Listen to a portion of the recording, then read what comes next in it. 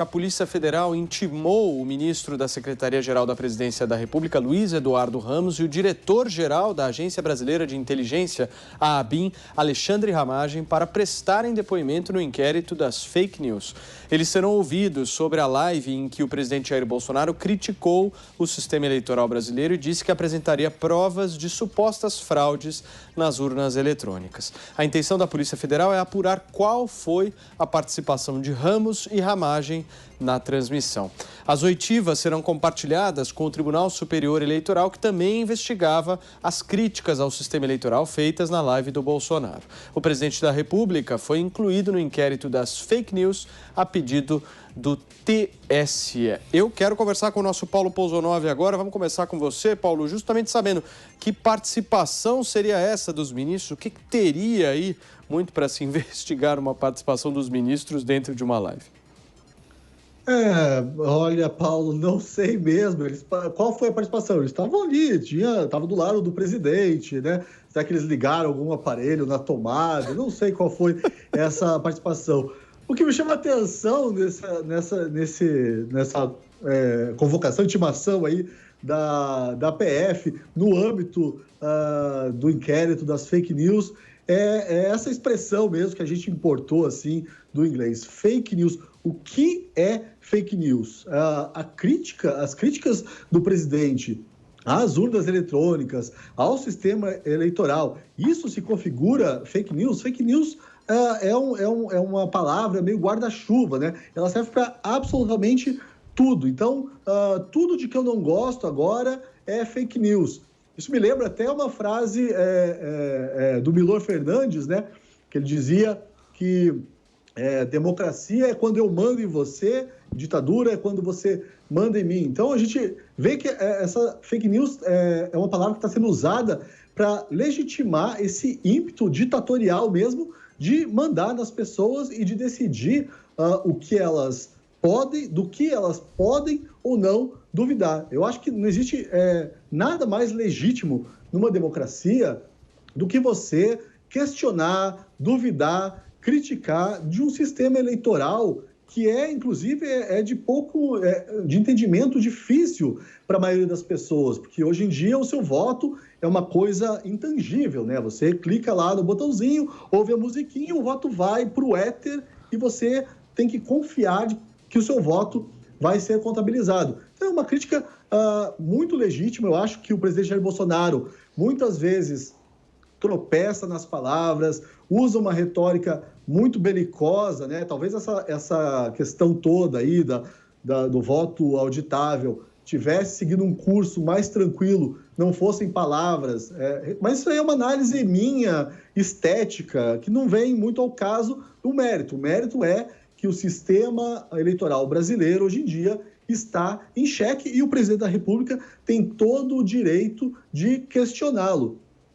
E uma coisa, Paulo, uma associação meio estranha que eu faço entre esse fato é com a pandemia. A pandemia, né, ela acabou deslegitimando a dúvida. A gente começou a validar certos comportamentos autoritários no campo das ideias, né? É proibido questionar, é proibido perguntar e a nós parece que só cabe obedecer. Eu acho que todo esse inquérito da fake news também revela essa percepção de algumas autoridades de que, se elas mandarem, o povo vai mesmo obedecer, por mais absurdo que seja, desde que eles usem aquela desculpinha, sabe? Aquela de sempre, é pelo bem comum. Eu perguntei para o Paulo justamente sobre essa participação dos ministros numa live, né? O que se tem para investigar em relação a isso? Pois é muito surrealismo institucional. Até recomendo hoje, publiquei no site da Jovem Pan, um artigo com uma provocação. O que aconteceria se Jair Bolsonaro não quiser ou for impedido de ser candidato a presidente, à reeleição em 2022. Nesse artigo, eu trato dessa questão da confusão total institucional pelo qual o Brasil está passando. Me parece que esse capítulo agora é mais um teatrinho montado pela própria Polícia Federal, ouvindo duas pessoas importantíssimas do governo. Vamos lá. Primeiro, o ministro Luiz Ramos, que é general de Exército na reserva. Ele é um dos homens mais próximos de Jair Bolsonaro, conselheiro direto dele. Outro é Alexandre Ramagem, que é apenas o homem que comanda a Agência Brasileira de Inteligência. E a ABIN, até na semana passada, acabou de firmar e seguir com o contrato que ela tem com o Supremo Tribunal Federal e o Tribunal Superior Eleitoral para auditar, colaborar no trabalho de investigação das nossas eleições eletrônicas. Então, me parece que o que vai sair desse depoimento é apenas blá, blá, blá. Nada vai acrescentar do ponto de vista jurídico e mais uma acusação improcedente contra o presidente Bolsonaro. Ele não cometeu nenhum crime, nem contra o Supremo, nem contra o TSE, ao fazer críticas ao sistema eletrônico de votação que toda a sociedade brasileira, em sua maioria, também criticou. Mas perdeu a briga no Congresso Nacional, já que foi derrotada a PEC 135, que criaria o voto eletrônico impresso para poder ser passado depois por uma recontagem física na própria sessão eleitoral. Perdeu, mas o assunto continua em voga. A população quer transparência total eleitoral. E a luta continua. 7 de setembro está aí. Constantino, se a gente for analisar a década de 2011 a 2020, a pauta era muito combate à corrupção, né? Você acha que essa pauta se transformou para essa década que nós estamos agora no combate à informação, combate à opinião? Nós estamos vivendo tempos muito perigosos no Brasil, né? Essa questão toda aí, essa pauta que a gente está lidando agora é uma coisa surreal. Surreal. Eu tenho perguntas, né? Crítica ao sistema eleitoral virou crime? Eu não soube disso e não vi em lugar algum.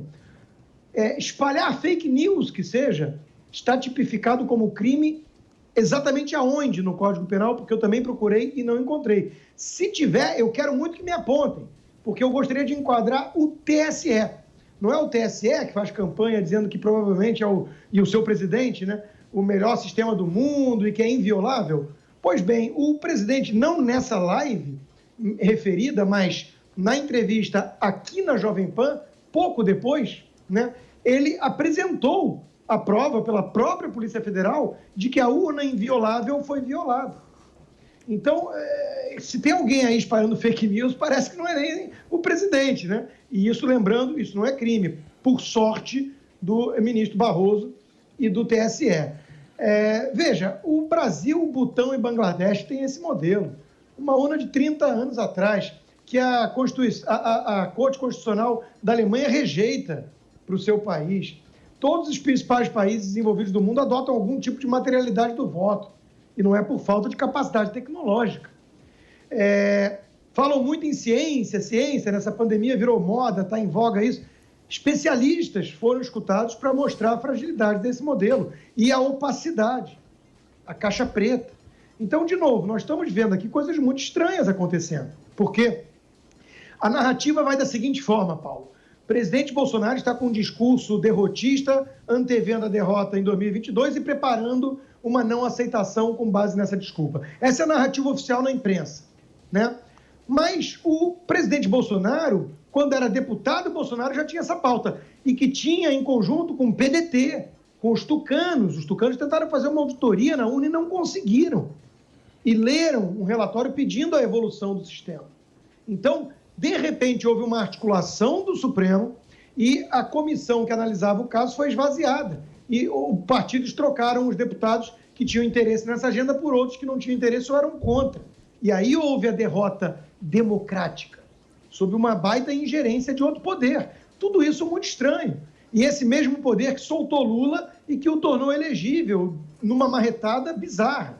Então, dá licença que a população, não é o presidente Bolsonaro, que a população esteja desconfiada, dá licença. O Serrão mencionou também o caso de envolver o Ramagem nessa decisão, né? O Ramagem é um dos alvos dessas 123 decisões do Supremo que são de cunho político, né, que houve esse levantamento. ele é alvo de algumas, porque uma das mais importantes, e houve um ponto de inflexão ali, foi quando o Supremo não deixou ele assumir a diretoria-geral da Polícia Federal, que é uma prerrogativa do presidente. E aí o presidente, impossibilitado de apontá-lo, reconduziu para a ABIN e houve ali também questionamento disso. Mais uma medida para tentar impedir. Então, olha só o que nós estamos vivendo no nosso país. Se alguém não acha isso tudo estranho, lamento, mas está hibernando igual um urso polar.